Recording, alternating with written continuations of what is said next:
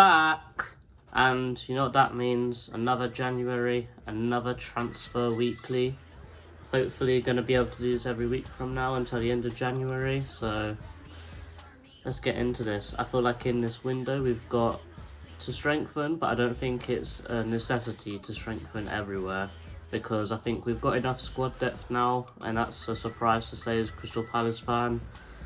And it's not a necessity, but I think it'll be nice to strengthen. Obviously, the more you strengthen, the better we'll get through AFCON. You know, the higher we'll end up at the end of the season. And, you know, if we're higher up the table at the end of the season, you never know. We could be looking at signing some better players, getting a bit more money.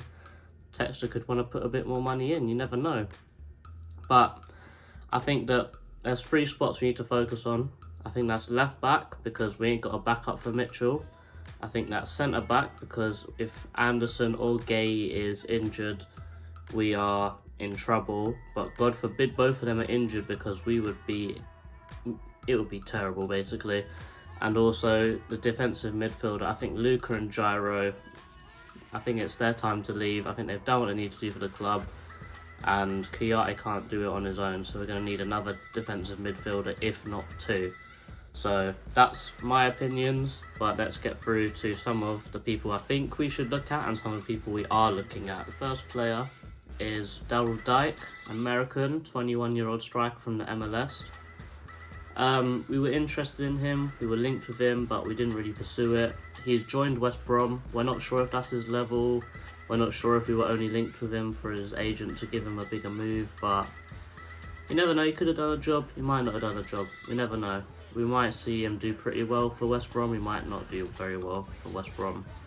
I'd say this is a 0 out of 10 of him joining Palace, because he's literally just joined West Brom. The next player is Scottish, 17-year-old centre-back from Dundee, Kerr Smith. Palace have registered interest in this player. I think he'll be a very strong attribute to our youth team, and he could be a really exciting prospect for the future. This signing seems very similar to Scott Banks, how we signed him from Scotland. He's an upcoming centre-back. He's young, he's strong. He's pretty tall for a young lad as well. I think it's nice that we're looking into Scottish talent. It's nice to see that with this new academy we're broadening out the type of youth players that we've got in this team now. Like how we're picking up players like Banks from Scotland, and hopefully this lad as well. But with our new academy, we can start scouting players from all over the world these days. You never know. But for this season so far, he's got 5 appearances and 287 minutes in top flight football, which for a 17-year-old, that's really good. I think this is a 8 out of 10 likelihood of Palace signing him, but I do believe that this will be more of a summer signing, so we can get a full grasp on his full debut year in the top flight of Scottish football. And guess what? We're back again with another Chelsea young centre-back in Malang Sarr. 22-year-old, bought by Chelsea from Porto. He had brilliant time at Nice beforehand, and a brilliant time at Porto for a year. Chelsea picked him up on the cheap. Looked like they promised him the world, and they've never played him. He looks like a really young, promising centre-back.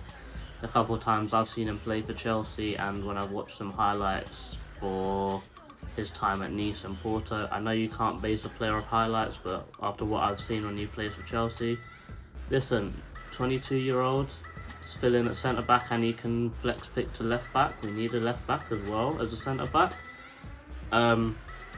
He looks great, man, and the thing that makes me believe that there's a possible chance that we could bring him in is that when Vieira was at Nice, he was the one that bedded Malang Sarr into the first team and brought him through the youth ranks. So I hope we give him a look. I think we were interested in him when he was at Nice himself, but I don't think Hodgson fancied him because he was too young.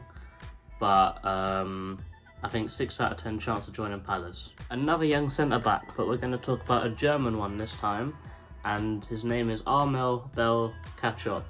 20-year-old centre-back playing in the Bundesliga.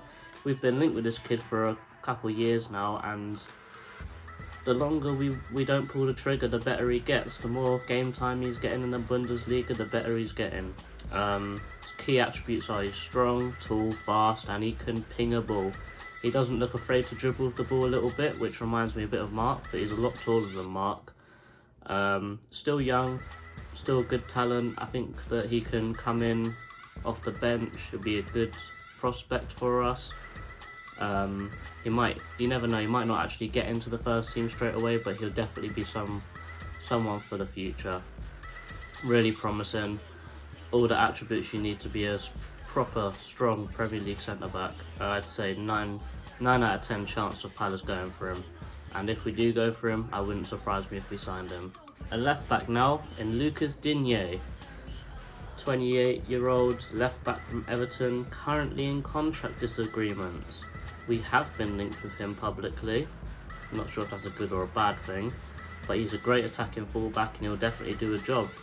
But I don't think that he's a backup for Mitchell. The price that we'll have to pay for him will mean that he'll probably demand to start himself, and I don't think that we'd want to stump Mitchell's growth because he's been probably the best defensive left back in the league with the type of numbers that he's putting up.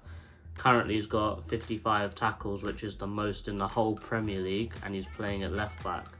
So I don't think that the cost in which Digne will cost us will be utilised enough, because he'll be coming off the bench, and I don't think that Textor will want to use that much money on a left back when we've got left backs coming through like Hanan and Teo.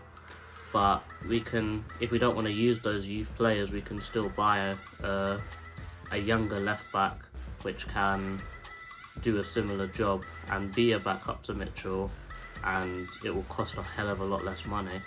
I'd say 3 out of 10 for Palace signing him in January, but personally I'd be happy if it happened, but it's not a necessity. Looking at a striker now in Eddie Nketiah, 22-year-old Arsenal striker, which we've been heavily linked with since the summer. It's either that the agent really wants him to get a move or Vieira's down bad. But I don't think we need this guy, man. I think that Mateta's a better striker, and I think he's proved that in the couple games that he's played for us recently. I get Nketiah scored a hat-trick, but he's playing for Arsenal, and he's got brilliant players around him. And if you can't score consistently and be consistently a goal scorer for Arsenal, it's got probably got better players than us all around the pitch. And he's getting goal scoring chances put on a plate for him. If he can't put them away, there's no way he's going to be able to work hard and make the chances for himself at Palace. So I don't think this is needed at all. 5 out of 10 chance of us signing him, but the only reason it's so high is because I believe that Vieira still wants this guy. Also, let's not forget that we still have another Prem loan, because we've only used Gallagher, and we've got 2 more abroad loans because we've only used up Mateta, so that's still 3 loans that are on the table. You never know, some of these could be used. Unfortunately, most of the players I've talked about today are Chelsea, so we can't do that. But you know, you never know, goalkeeper, Dean Henderson, you know, something like that. We could talk about that one next week.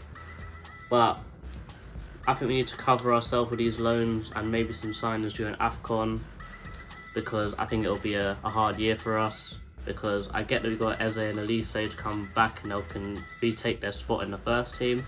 But if one of them, because they're both coming back from serious injuries, one of them gets an injury again, we're not looking too good in cover after that.